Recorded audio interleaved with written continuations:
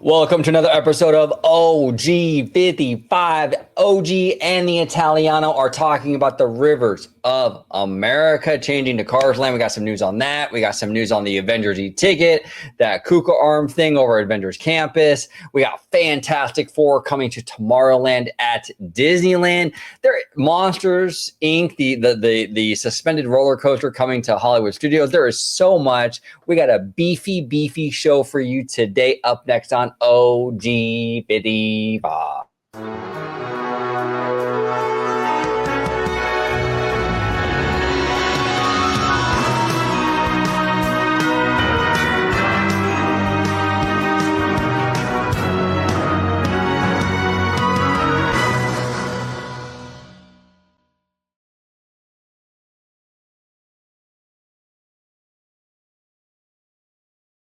Welcome aboard, everybody, to another episode of OG55. Like I said, we have a very beefy show for you today. So beefy that we might have to put some mustard on it. Hi, mustard on the beef, ho. There we go. Yeah, absolutely. It is a very stacked show. Before we start, George, where can everybody find you on social media, sir? Absolutely. You can find me on X, formerly known as Twitter, at Disney George.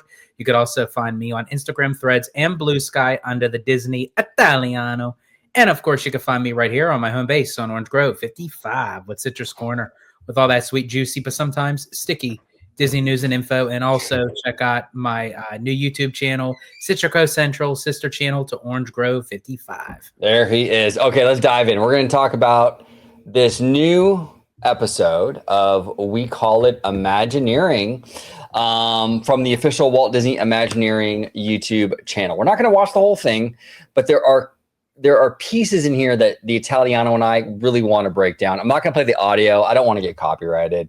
I already got copyrighted enough for the Mario video we did yesterday. So yeah, we're just going to watch the videos and kind of discuss them as we go. But Disney, if you're ever into us reacting to some things and you want to collaborate, hook some brothers up. Just saying. Yeah. Waive that copyright. I'm all for it. Absolutely.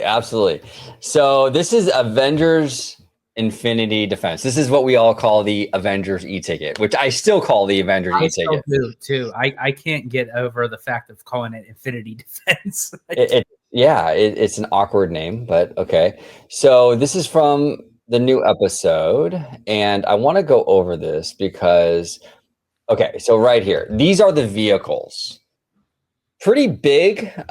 Now, a couple things kind of immediately jumped out at me with this, right? It is definitely giving off like Transformers / Spider-Man at Universal vibes. Absolutely. Also, the new Peter Pan Neverland attraction at Tokyo Disney Sea. Here is the thing that I think a lot of fans are missing. And I'm going to say this, I'll take it over to you, George. But a lot of fans, I feel, are kind of unfairly writing this attraction off because, well, it's just going to be Spider-Man or it's just going to be Transformers or it's just going to be the Peter Pan thing in Tokyo. So, whack, this is going to suck, right? Or it's going to be mid, right, as the kids say. I have to respectfully disagree. Now, look, the ride might end up being a disappointment. The ride might end up being terrible. I'm not going to make a definitive statement one way or the other. But to say that because the ride system looks to be the same as Transformers or because the ride system looks to be the same as the Peter Pan ride in Tokyo, therefore, so what, is really unfair. Pirates of the Caribbean and Small World share the exact same ride system. The same ride system with two completely different experiences. Mickey and Minnie's Runaway Railway is technically the same ride system as Rise of the Resistance, and they are very different experiences based on what the music and the presentation gives you. Okay.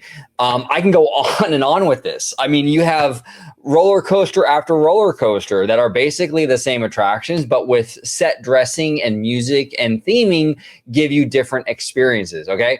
So Dinosaur, Indiana Jones Adventure, again, another example of very different experiences, same ride system. And in that example, it's even the same damn layout. So this idea that because it's utilizing a system that's similar to Transformers or a ride system that's similar to the Tokyo Peter Pan ride, therefore this thing is going to be underwhelming. I disagree. That doesn't necessarily mean that. We don't know what tricks and craziness this thing is going to do along the way. Look at all the crazy stuff Rise of the Resistance does that sets that ride apart compared to Mickey and Minnie's, right? Just a perfect example, right? So again, I'm not trying to shill or say that this thing is going to be amazing out the gate. I'm just basically what I'm trying to get across is that as fans, let's have an open mind. I think that that's pretty much all I'm asking here. And that I think that just because the ride systems look to appear to be similar does not mean this ride is going to be a carbon copy of those experiences. It likely will not be. But George, what's your take on it? Do you agree, disagree? Where do you fall on this side of the equation, brother? So for me, I'm kind of like in the middle ground with it. I'm going to be optimistic that, Disney obviously knows what they're doing with WDI that's been around for over 70 years. They pull some fast ones where they surprise us, and I hope that this is the case because of how long that we've been waiting for this attraction. When it was first announced back in the D23 Expo back in 2019. Yes. Even the Avengers Campus that was mentioned back in D23 2017, this was something that, we were anticipating. And I feel like because of what this ride was originally supposed to be, I feel like that's where it comes into this underwhelming thing that we were supposed to be starting off in like one big Quinjet, the Quinjet, and then it breaks off and we have like our individual adventures alongside the Avengers fighting off the villains, fighting Thanos, and then it turns into like this kind of big clunky thing where we're all kind of sitting together, and it's like, okay, well, I hope that the technology still can back up to why they changed it. That's my only concern, but I do agree with you. I do feel like just because it is this big clunky kind of ride vehicle, you can't just automatically say okay, this is going to be something that's going to be well underperforming.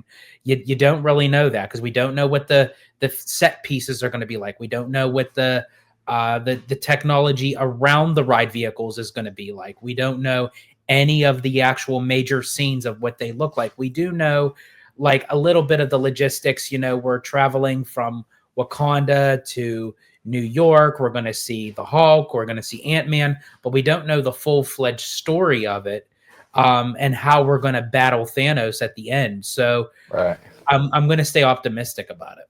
Yeah, no, I agree with you. I think that the concept initially was much more ambitious. I absolutely agree with you. And many fans, I feel the same way, right?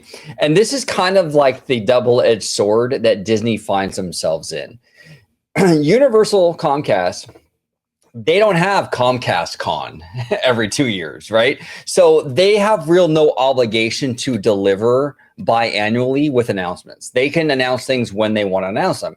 Disney, however, has gotten into the Expo game, and now they're obligated essentially to deliver on announcements. So in 2019, they gave us this very ambitious Avengers concept where you start off in the Quinjet, it blows up, and you go off on your own separate thing, and the whole 9 yards, right? In the research and development and that design process, from what I was hearing, that concept just wasn't delivering in terms of capacity, the hourly capacity. Disney wasn't impressed with that. And so they kept going back to the drawing board. We had the pandemic and this, that, and the other, and things changed. And then here we are with this, right? So things do happen along the way, but that's the problem when you have expos where you are forced to sort of announce things, because sometimes you announce things that inevitably will change in that design process. So that's an issue. It has happened before, like Indiana Jones Adventure, that was going to be a much more ambitious attraction too. I mean, you were literally going to have a minecart attraction, the Jungle Cruise, the Disneyland Railroad, and the Indiana Jones Adventure all basically sharing the same show building, which would have been crazy spectacular. I mean, that would have been very, very impressive. There's concept art out for that, right?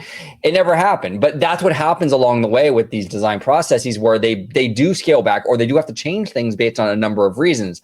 So Disney's kind of stuck here where it's like they gave us this idea, it didn't work out because of capacity, and now they had to go back to the drawing board. So we'll see. I would agree that the other concept does seem more ambitious. So, but I think as fans too, we just have to sort of understand that things happen, and I think we're still kind of getting all the elements of that attraction, just because I think, and we're going to talk about it, George, but that Kuka arm, I think we were talking about today on the phone. Likely that Kuka arm was part of that.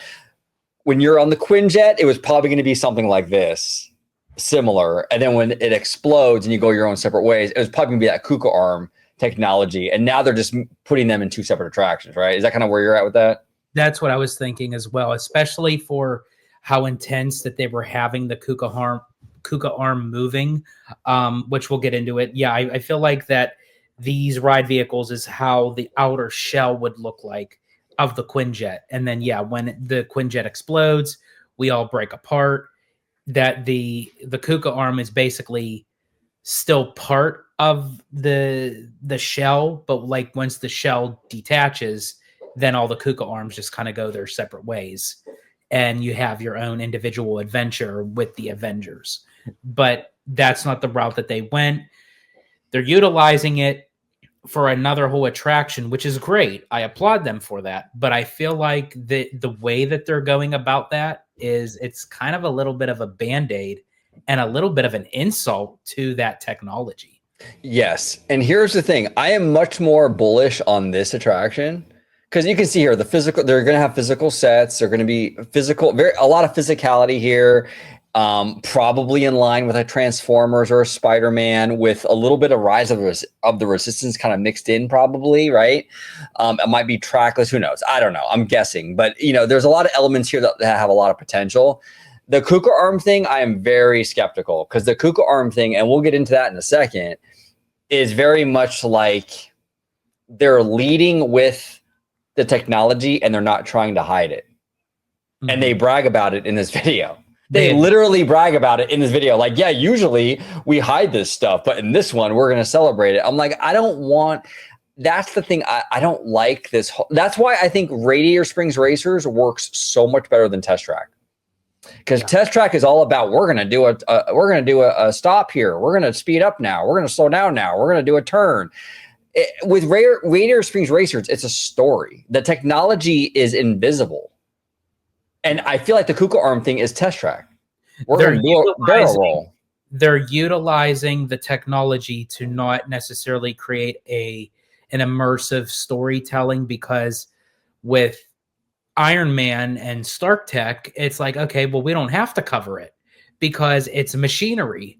Yes, lazy. Like, yeah, it's like a gag to say, we could still put a story around it, but it's a story that we don't have to do anything really to it. And unfortunately, for me, I mean, I'll still experience it in person, but I'll have an open mind with it. I'm not going to poo-poo it. I mean, I will have an open mind. I'm with you on that. But for how immersive that they could have made something, I think I mentioned it on the recording we did with Theme Park Conductor, was that space, that area, I would have rather them made like an indoor-outdoor like theater and just do a kick-ass Avenger stunt show. Yeah, like, that's cool. Like how they do at Waterworld at Universal. Yeah, that's cool. Now we get a little bit of a taste of some of the physicality here. You can see it here with the ride vehicle, and then you can see it here with the set pieces, which these are mock-ups, and even the technology in terms of the projections, which very much remind me of Mickey and Minnie's in a lot of ways, with this whole like what's the word for it? Like you go into from room to room with the, right, with the projections right here. Very Mickey and Minnie-esque. I do hope. The only thing that just worries me about a little bit of how that they're presenting it is when you see like the doors opening like a portal, but yet it still looks like doors opening. I hope they make it seamless that we're actually jumping from universe to universe or world to world. I hope it's not like it does feel like Mickey and Minnie's, where we're just going from room to room, and it's just designed to look like Wakanda or New York as we go from room to room. Right. Yeah, I hope so too. I hope it's a little more seamless, and it probably will be. These are mock-ups that they're showing us today, and we're actually going to get into mock-ups because a lot of people are unfairly kind of trashing this Cars Land thing over there in Florida off of a research and development practice exercise or whatever, right? We'll get into that in a second, but I agree with you, George. I mean, yeah, I hope so too. I hope they really do develop it where it's like, you really feel like you're going through a portal, or there's an explosion and then you go through like the hole in the door, and like it's cool, right? I want to feel that way. I don't want like this feels very much projection-y. It doesn't feel like what's the word for it? Organic, right? Yeah. Not at all. Now here is the ride we were just talking about, which you and I are both like kind of underwhelmed by, but hey, like we're not going to be hypocritical. We will have an open mind on it, but here we go. You get into this thing, this freaking Kuka arm, and dude, I am not. My God, bro! Like this is all you, dude. Like you're. This is me. I do love a good like kind of thrilling ride. My problem is actually seeing it. It's a theming problem, right? Like this is a cool concept where you start off on this vehicle, it attaches, you can see it here, it attaches and lifts you up. That's kind of a dope concept, but there's no theming. You're in a giant, I mean, I know here it's a testing facility for the attraction, but even in the real attraction, it looks like you're just in a facility. Yeah, like a warehouse. Right. Hopefully there's a training exercise and then you go into like battle or something. Like, you know what I'm saying? Or something. Like, I just feel, I don't know. And I think it would have been a cool opportunity too. And I don't know if they're going to do this. We talked a little bit ago about the Indiana Jones adventure, how like the Jungle Cruise was going to go in through the Indiana Jones show building. Mm-hmm. And I think you and I have mentioned it with this too in videos past, but like, it would have been cool if you would have had the Stark Flight Lab vehicles enter one of the show buildings of Infinity Defense. Yeah, kind of set the stage for Infinity Defense. Like, I would love to have both of these attractions kind of interconnect with one another as far as storyline, where the Avengers are training us into the real battle for Infinity Defense. See, that would be smart if they did it that route. Yes, and if they did that, if you went into this thing, right, this like Stark facility, you did your training thing. Okay, recruits, we're gonna do the Iron Man barrel roll, yada yada yada, that whole thing, right? Then you leave the facility and then you're in the show building for Infinity Defense, and the grand finale of the Flight Lab is now you're in the mix with the whole other ride, fighting King Thanos. Come on, imagine. That's being creative. I'm telling you, bro. Yeah, that would have been the shit. Okay, that would have been amazing. Because then you would be experiencing the same experience through different perspectives. So you can ride Infinity Defense, you can experience it that way, but then you can experience that same attraction through the Flight Lab and that perception of like through the Kuka arm. Bro, come on, Imagineering, hire OG in the Italiano. Come on, we're available, bro. Just hire us, you know? We're ready. We're ready to go. Ready to go. Let's move to Flower Street. Yeah, exactly. 1401, baby, let's do it. But yeah, this is crazy. I mean, it's also too, as part of the operations, I believe they had mentioned in this episode that there's going to be 12 of the Kuka arms. I think so, yeah. So 2 people per arm. You're looking at about 24 people, depending on how long the ride lasts, probably maybe 2.5 minutes. So, I mean, I don't know how well, even like operation wise, like the turnaround of how long people are going to have to wait for this thing. 2.5 minutes is not impressive. Ladies, if your man is only lasting 2.5 minutes, you got a problem. It's not impressive. No, but this is kind of crazy. I don't know. Like, here's the thing. My issue with the Kuka arm thing at Universal is the claustrophobia element of it. These vehicles don't seem very claustrophobic because it's kind of out in the open, which they're helps. open, but it seems like they're more intense. Way more intense. Yeah, way more. They really throw you around here. I don't know, man. Yeah, this is pretty crazy. I don't know. I mean, I'm gonna give it a shot though. I am gonna ride it, but look at this poor girl. Like, oh my God, these poor Imagineers, these women are like, oh, what did I get myself into? Oh my God. So yeah, pretty crazy stuff. We'll keep an open mind with the whole with the whole what's it called, flight lab situation. But I want to dip into now. Here we go. We're gonna get into a little bit of controversy here. We're gonna dip into some Cars Land. Okay, let's dip into some Cars Land because a lot of people. A lot of people are shitting on this thing. I want to get to some of this. Hold on one second. Give me 1 second, George. Okay. So a lot of people are kind of crapping on this thing. And I want to make a little disclaimer before I get into this. I'm not a shill. I'm not trying to tell you how to feel about the ride, okay? The ride may suck, and I am fully prepared to come on this channel and tell you that it sucks when it opens if it sucks, okay? I have no problem. We just criticized the Flight Stark Lab thing. I've been on videos recently with George saying that I think Universal lately has been doing better with a lot of different things, right? Even the after hours events. I think that Universal has a better idea of how to handle those. I have no skin in this game. I'm not trying to force anyone to like the Cars Land in Florida. But the issue that I have is I see a lot of narratives out there where it's like we see this is very obviously, outwardly explained verbally, directly as a research and development exercise. They are only doing the ATV thing around the dirt track to get a feel for what the experience might feel like. And there are content creators out there that are making it sound like this is the experience that you're going to get that's replacing your Rivers of America. It's just ATVs. You can do ATVs anywhere, George. Well, yeah, I can ride Dumbo basically anywhere too. I can go to Knott's and ride a Dumbo kind of ride there too. I can ride roller coasters anywhere too. I can do go-karts like Autopia anywhere too. I can eat dinner and lunch anywhere too.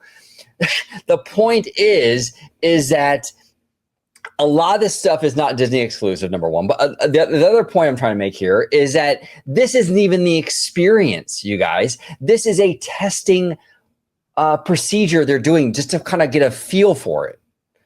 So when people say that this is the thing that's replacing the Rivers of America, you're being disingenuous. This is not the experience. You're going to have the amazing rock work similar to what we see here in California in Cars Land. You're going to have the themed vehicles that we have out here similar to the ones in California.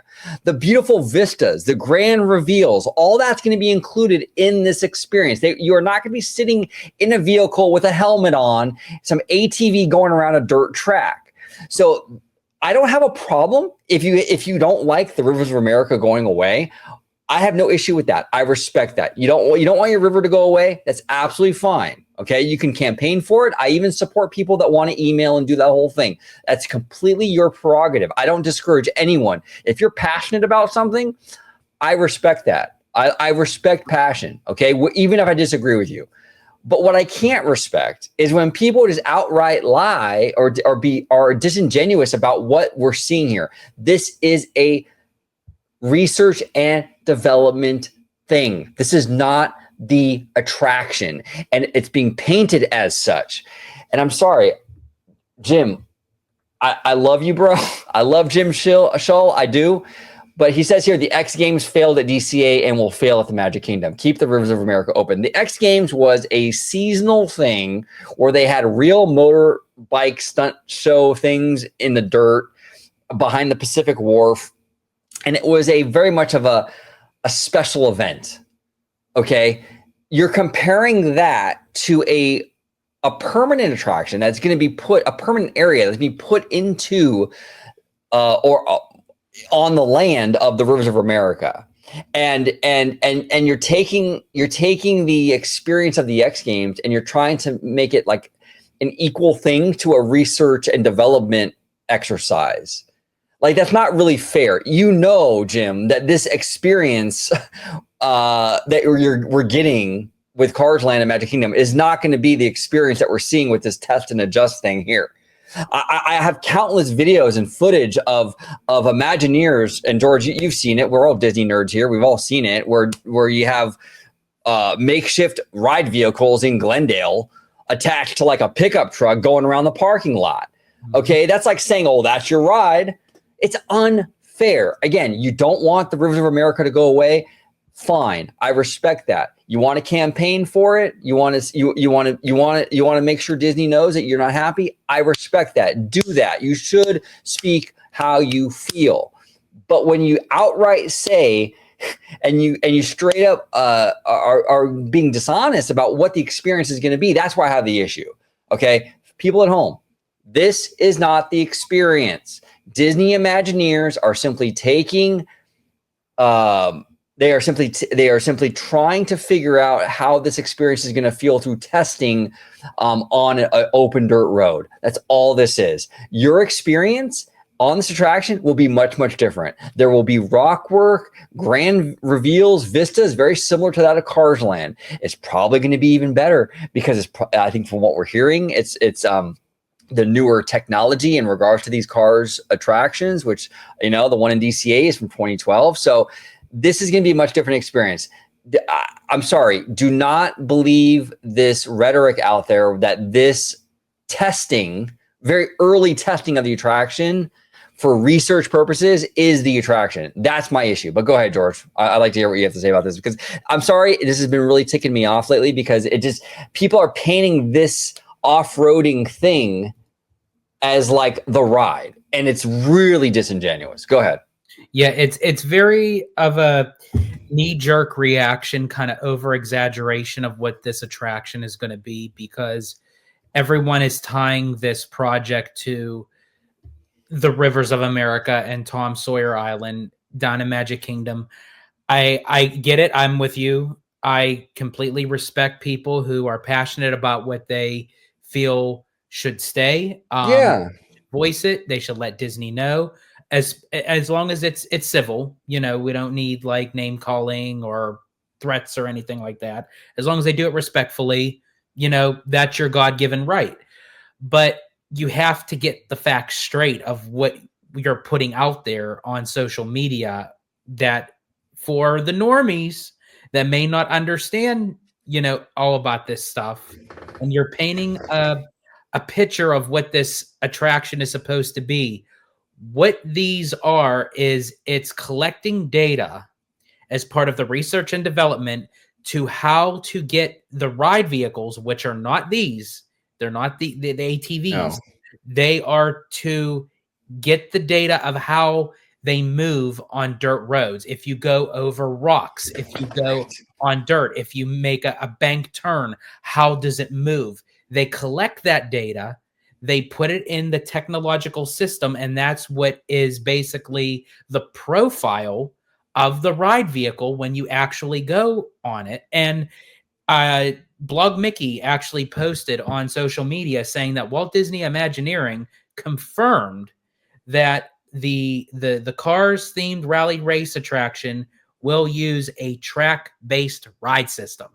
So because you're seeing this on the dirt road, these ride vehicles will be on a track, but it's to give the illusion, as we were talking about earlier, you want things that may seem like something, but it's with the technology, it really isn't. They want you to feel as if you're actually off of the beaten path, going off a dirt road into an outdoor rally race. Right. But in all actuality, you're on a track, but they want you to feel like you're not. How do you do that? You collect the data. Yes, and we've seen this over and over again with Imagineering. They do these research and development missions, so to speak, and this is what this is. And again, if you miss the Rivers of America, if you're pissed off that they're getting rid of it, you have every right to be pissed off. I'm not saying you can't be, but let's be honest as to what we're looking at here is all I'm asking. This is testing and adjusting, where they're trying to figure out what this experience might feel like. This is not the experience, you guys. This is not the attraction. So I see a lot of misinformation out there, and it's like, come on, you're not being honest. There's going to be amazing. Look, I live in California. I'm a Californian. I fucking love Cars Land. I do. I don't even care about the Cars franchise. This is one of the best lands Imagineering has ever done. And Floridians, you are getting a version of that in Magic Kingdom.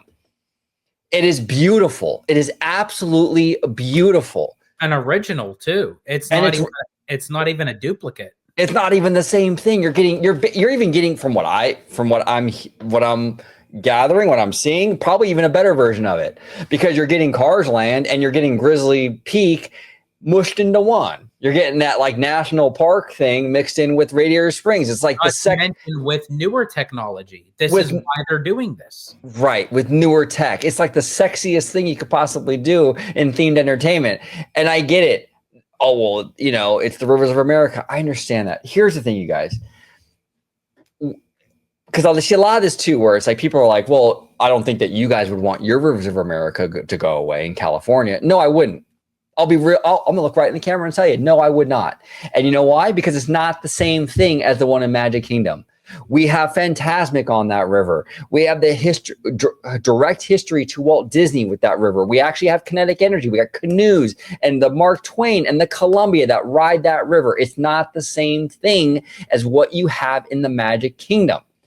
I think that Tower of Terror out here in DCA, converting it to Marvel, Mission Breakout was a smart move.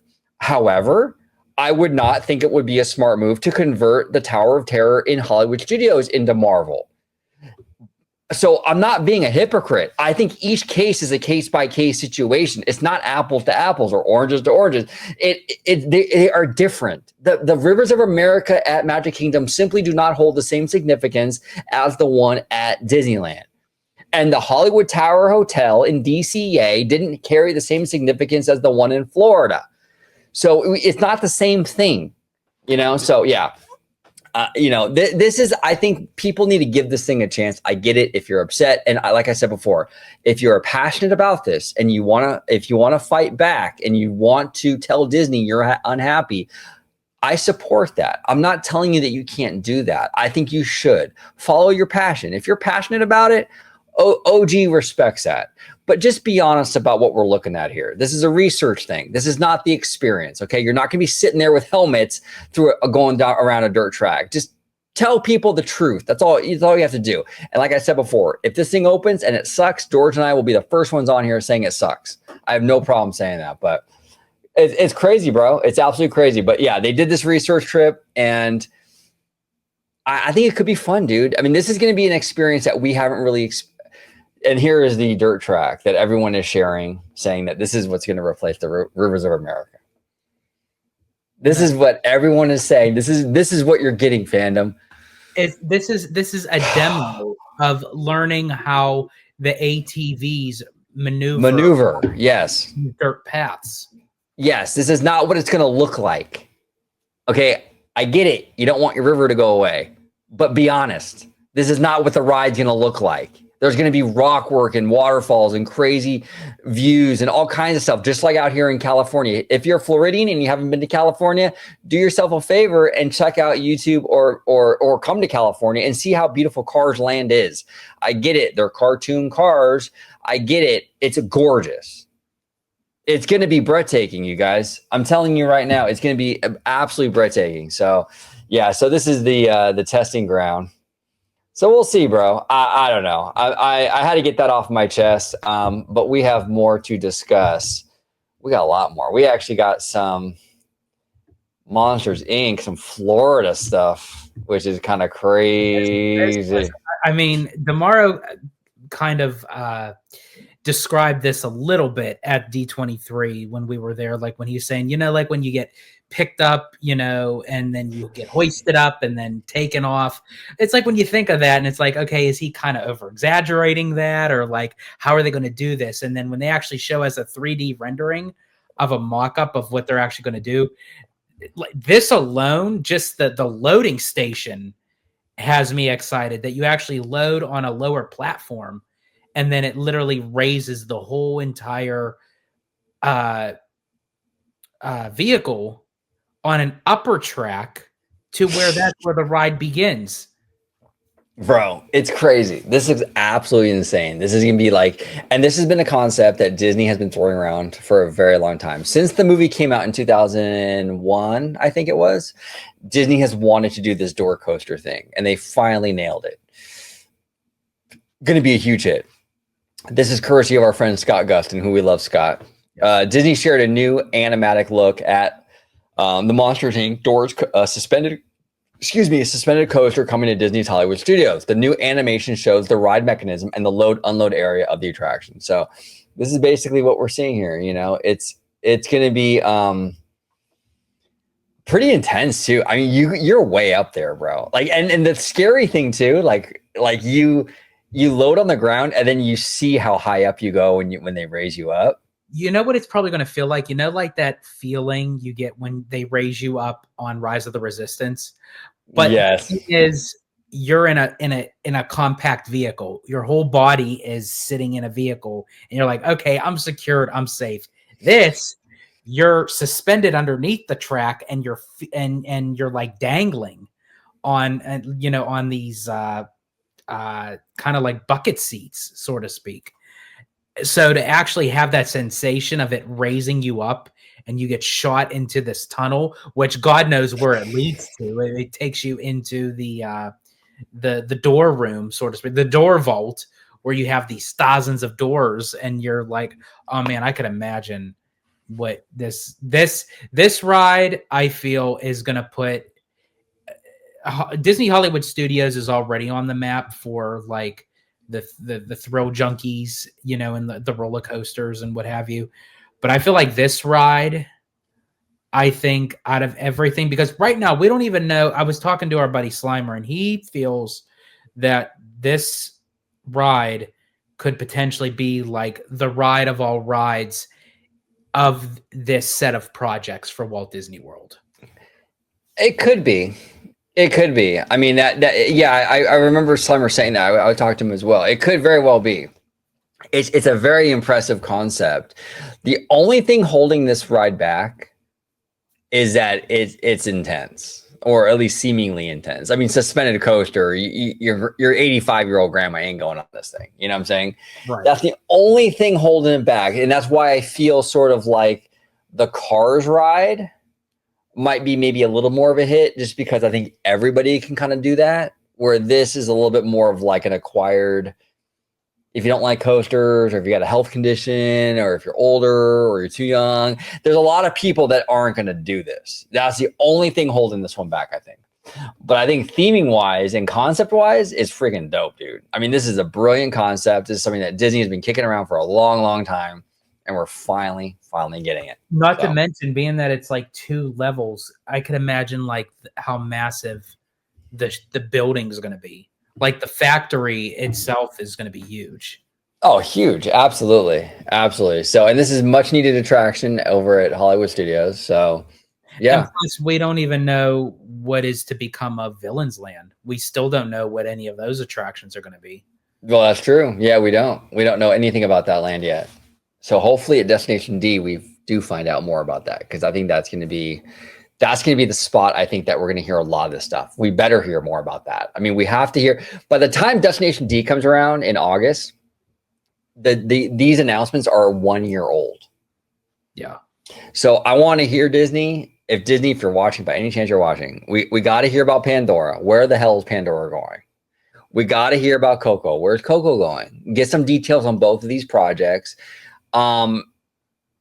The Florida stuff, we got to hear more about Villains Land. What attractions can we expect? Maybe updated concept art that isn't so vague, and a little more detail as to how it kind of like fits in with the rest of the park, things like that. Maybe get like land names or attraction names. Yes. We could do that. Yeah, because being that they already released a lot of this information now already with Monsters Inc., with Cars, with the Avengers Campus, they need new information now, and especially with something at Destination D, which again I have mentioned before, it is usually held in the Contemporary. They're now moving it to Coronado, which has a much bigger facility to hold an event like this. So they're adding more capacity. They're not just going to add capacity just to everyone to sit there and twiddle their fingers. They have to deliver. Yes. Well, yeah, for a number of reasons. Well, number one, a lot of like when they announced that the D23 was going to be in the Honda Center, right? A lot of fans were like, nah, it doesn't matter. They're still not going to give us anything. Well, they gave us a lot. Okay. To be fair, look, we've been very critical of Josh Tomorrow, right? We have been. But dude, Josh delivered. He had an amazing D23. I mean, George and I were losing our voice. You know what I'm saying? I mean, absolutely. It was an incredible panel. You know what I'm saying? So he absolutely delivered. But they had the bigger venue and they gave us more announcements. Okay. Number one. Number two. Josh D'Amaro wants to be the next Disney CEO. He's got to get as many good headlines out there as he can. And I'm telling you, Dana Walden, do not underestimate Dana Walden. I'm telling you right now, Dana Walden, it's hers to lose right now. She is the front runner. I know for a fact Bob Iger absolutely loves her.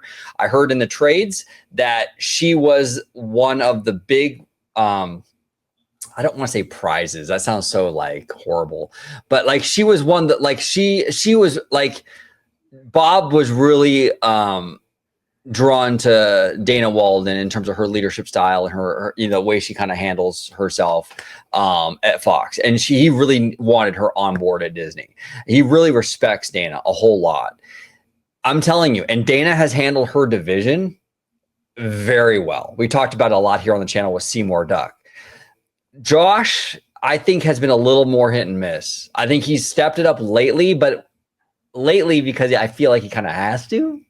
Mm-hmm. But before the CEO race, where was he? Right? Where was he? So that worries me. It worries me that he's only doing it because he feels like he needs to do it.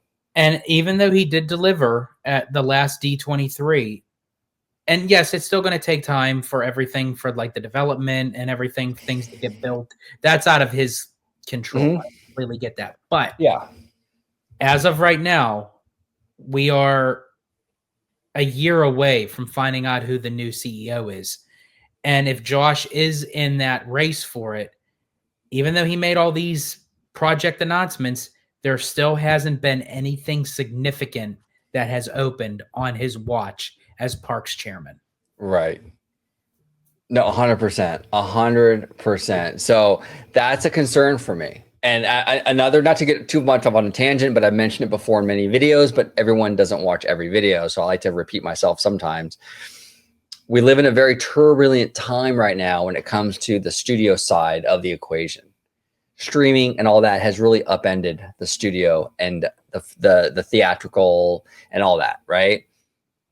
I don't really feel really comfortable with Josh, who is a theme park guy, kind of running the whole shebang. Right now, especially when the studio really needs a studio person. The studio is more important. I know a lot of people are going to push back on me with that. The studio is more important. The studio fuels the entire flywheel machine. If you don't have good movies, you don't have good shows, you have nothing to put in your theme parks. The Walt Disney Company is not a theme park company. It is, you know what? Rather than hear me say it, I think we know somebody. Yeah, I think so too. Say the best. The real heartbeat of this company was, is, and will always be the film business. Film business. And Roy Disney was right then, and he's right now. Okay? It is the film business. And Tomorrow is a theme park guy. So I don't want a theme park guy running the film business right now, especially because the film business right now is going through a seismic shift. Mm-hmm. The thing we need is someone learning on the job. I want Dana Walden or someone equivalent to her who understands the industry. That's what I want. You know, now I wouldn't be already had an attempt of a parks guy going into a CEO, and look at the outcome of that. And technically, he wasn't even a parks person. He was a consumer person who went to parks, who went to CEO. That's even worse. Right, exactly. And I think Josh would, I think to be fair to Josh, I think he would do better than Chapek just because he has more of that smooziness to him. Charisma. Yeah, he can definitely work a crowd better than Chapek ever could. But you're right though, George. I mean, do we really want another like non-studio person in this to run this company. I think it's very important to get a studio person. Now, look, like if they go the co-CEO route, like it's Dana Walden and Josh, I'm totally cool with that. Or if they do, Dana Walden is CEO and then they reinstate the Disney president position and they put Josh as president, dude, I'm on board with that. That'd be great, because I don't think Josh is a dumb dude at all. I think he's a very savvy executive. I just don't think as a CEO, like as the guy, he's like the one right now, because I think the studio needs. I think we really need someone in there with studio chops, and I just don't think that you can train someone all day long. It's never the same. Dana Walden has years and years and years of experience in the studio, and Josh will never have that going in. And I think Dana has run her division better than Josh. I'm sorry. I think she has. I mean, even the theme park stuff, I don't think he has run that great. You know what I'm saying? And so we'll see. But not to digress too far, speaking of the film side, we got the Fantastic Four. This is from our friend Drew, the Disney dude. The Fantastic Four are coming to Tomorrowland at Disneyland. Guests will be able to meet Reed Richards, Sue Storm, Johnny Storm, and Ben Grimm, the Thing. This is interesting because we've said it so many times, George, that Fantastic Four, this retro future, 1960s future thing, fits perfectly in Disneyland's Tomorrowland. This is the direction they should go in. You should build this Fantastic Four big e-ticket in Disneyland's Tomorrowland. We've also said that Disney beta tests these meet and greets all the time. There's a reason why you had like the Marvel meet and greets in Hollywoodland and that area before Avengers Campus. I think there's a reason why Zootopia characters are in DCA. I think they're looking for it, right? Mm-hmm. And for Jon Favreau to make the bold statement, to actually come right out and say that the film style that they took the approach for, I'm sorry, not Jon Favreau, Kevin Feige, that was saying that Tomorrowland and Epcot was the inspiration of the style that they went for Fantastic Four. That's a bold statement to say, that you're actually taking Tomorrowland and the retro old Epcot, the classic original Epcot, and infusing it, and that became the style of Fantastic Four. And now you're putting a meet and greet in the same land that inspired the film, and the movie's not even out yet. No. And if this thing cracks $1 billion, I am telling you right now, you can clip this. You can clip this when it happens. This will end up in Disneyland's Tomorrowland in some shape or form, whether it's an attraction or so. It will probably be if it hits $1 billion, it'll probably be an attraction. And I hope it is. I think it fits perfectly in Tomorrowland. Now, a lot of people are going to say, well, OG, I mean, you have Avengers Campus over at DCA. That doesn't really matter, because I think Marvel is such a big universe where there's so many different genres and different types of IP within the big Marvel IP that you can do this. You know what I'm saying? Like, you can have theoretically a Woody ride in Frontierland and a Midway Mania in DCA, right? You can do that with Toy Story, right? You can just as easily do that with Marvel. Or, you can have, a Fantastic Four in Tomorrowland and have other Marvel properties in DCA. I don't see a reason why it only has to be in one spot. So, and it really is the answer to Tomorrowland, because Tomorrowland needs a big IP. I mean, we won't really have, if you limit the IP based on it being in other areas, you don't have any IP for this land. Do we want a new Tomorrowland or not? Do we want new attractions in Tomorrowland or not? So if we say we can't have anything Marvel in Tomorrowland because DCA has Marvel, well, there you go. You have 80 plus years of Marvel or whatever it is. Now you can't use any of that in Tomorrowland because this arbitrary rule that is in DCA already. You know what I'm saying? I mean, they already break these rules anyway. That's why I don't really understand why fans get so married to these ideas. I mean, you have Star Tours in Tomorrowland, and then you have Galaxy's Edge. Right? So they already broke that rule. You know, they have Toy Story, Buzz Lightyear in Tomorrowland, and then you have Midway Mania and DCA. So why all of a sudden now is there's like this big rule where you can't have Marvel in Tomorrowland because you know. And hypothetically, say they put Pandora over in Hollywoodland, that then blocks in Avengers Campus. Right. If that is the case, that's fine.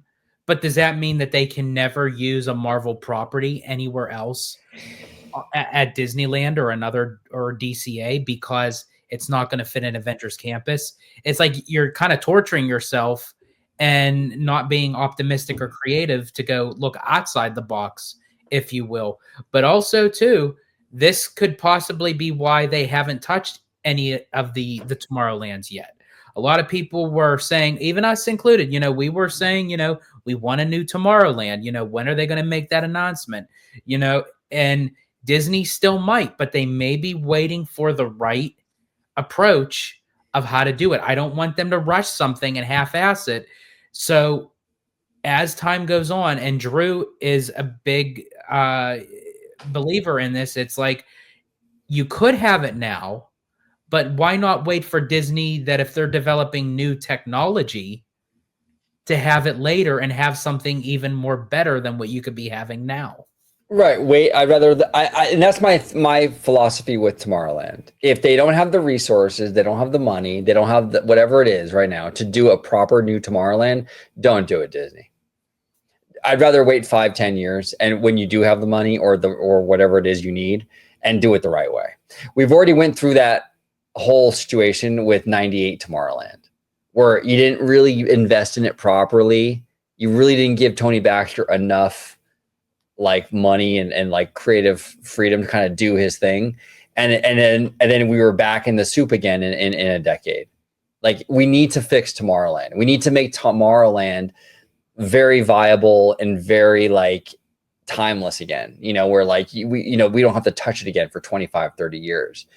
And spend the money, do it right. And right now, I feel like, I'm willing to wait. But if they have the money now, if they're willing to take Tomorrowland seriously right now, then do it. But if they're not, then I'll wait. I'll absolutely wait. But this is a perfect franchise to introduce into Tomorrowland. This is what we've been saying since D23 when they showed us footage. Yeah. It's the perfect thing for Tomorrowland. This fits way better at Disneyland than it does in DCA. Way better. Yeah. Oh, exactly. It'd be fantastic. It'd be absolutely fantastic. Yeah. But we also have some other news.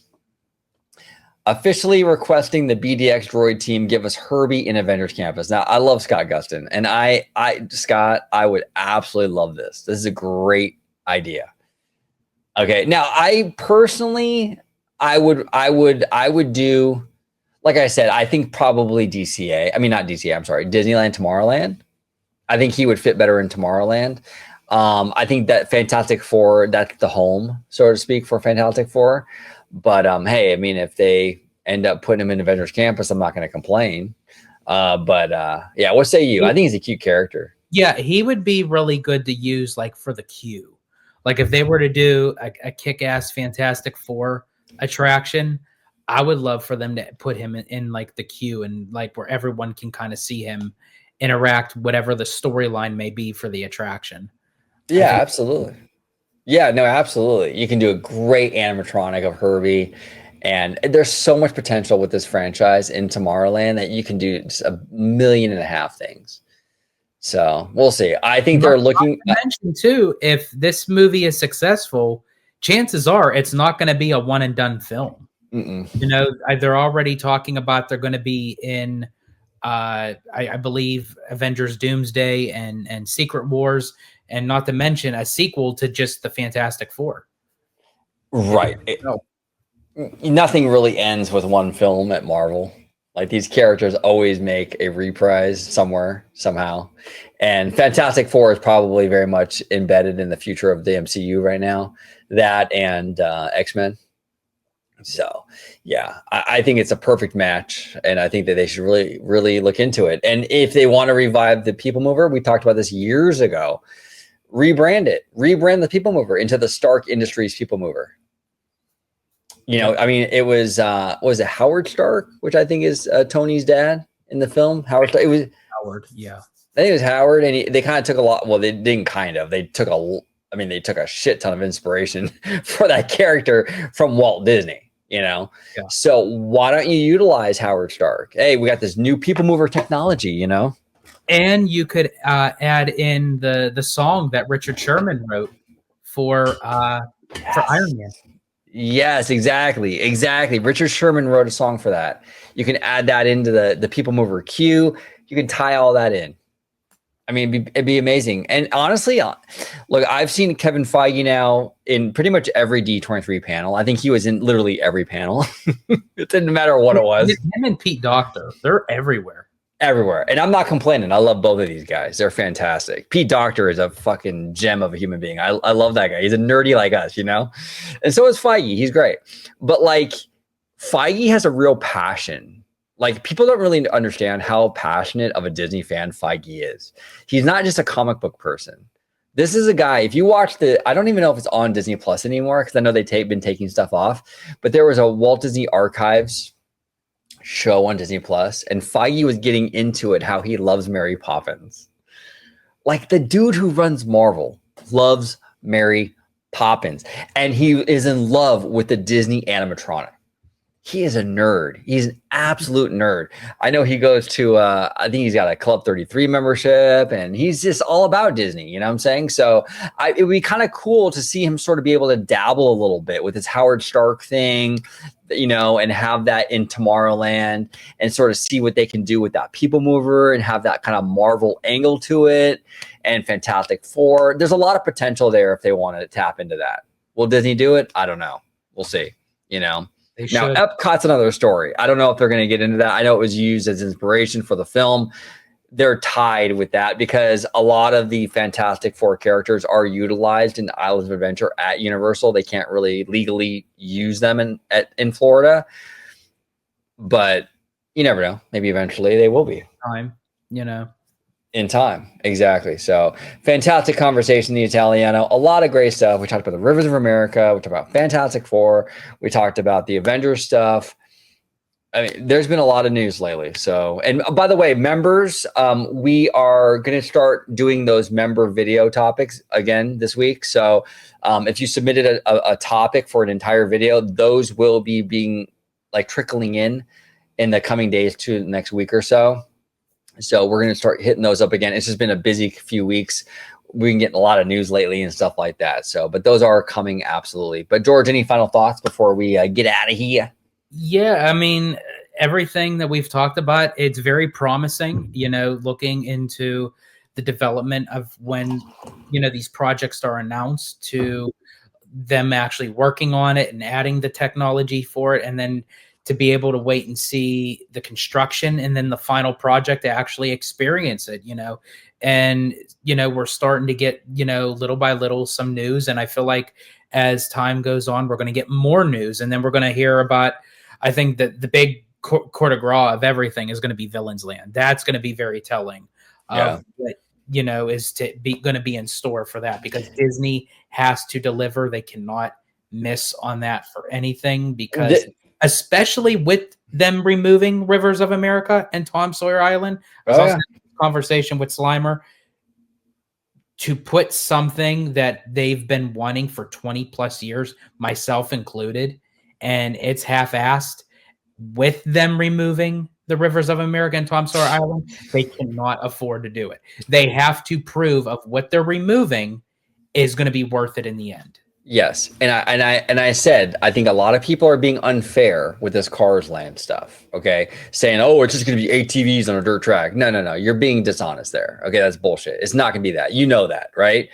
But I will say this: if we get down into it, where this thing opens, this Cars Land thing opens, and it's mediocre or mid, as the kids say, I'll be the first to say it. Disney, you messed up. You dropped the ball. You know what I'm saying? If you're going to remove the Rivers of America, you better come through. Like, you got to come through with the rock work and the beautiful grand reveals. You better give us the Cars Land in Anaheim and maybe even a notch or two above it. So I will defend I get that it right now, but if Disney doesn't deliver, I will absolutely be pissed off, And the same goes for Villains Land. Villains Land is a tough one because, like you said, it's been 20 plus years. People have been wanting this. I remember being in the AOL community back in the day, and like people were wanting a Villains Park. You're talking about the freaking mid 90s. People were wanting this. It's almost kind of like, honestly, George, it's kind of almost like the Walt animatronic. Yeah. Like the pressure, because you need to do the villains right. You're removing the rivers of America, and you have Epic Universe down the street with a dark universe that looks freaking amazing. They're doing the same concept essentially. You have to deliver, Disney. You gotta knock this one out of the park. They have to. You have to. You can't half-ass it. You can't go mid, baby. You gotta grand slam, So we'll see. I think they will. I'm optimistic. I think they understand the assignment, but it's risky. But George, if you can let everybody at home know where they can find you on social media, sir. Absolutely. You can find me on X, formerly known as Twitter, at Disney George. You can also find me on Instagram, Threads, and Blue Sky under the Disney Italiano. And of course, you can find me right here on my home base on Orange Grove 55 with Citrus Corner, with all that sweet, juicy, but sometimes sticky Disney news and info. And also check out my new YouTube channel, Citrico Central, sister channel to Orange Grove 55. There it is. George making it look so damn easy. Make it look easy. Thank you so much for watching this episode of OG 55. Comment down below. Just keep it civil. I know we mentioned the rivers of America. Oh my God. But so please keep it civil. We can talk about this in a civil way, as fans. Like I said, if you are upset over it, that's fine. You know what I'm saying? I respect that, but just keep it nice. That's all we're asking. In the comments down below. Thank you so much for watching this episode. And until the next time, see you later, alligator. Thank you for watching OG55. If you aren't already, consider becoming a member today.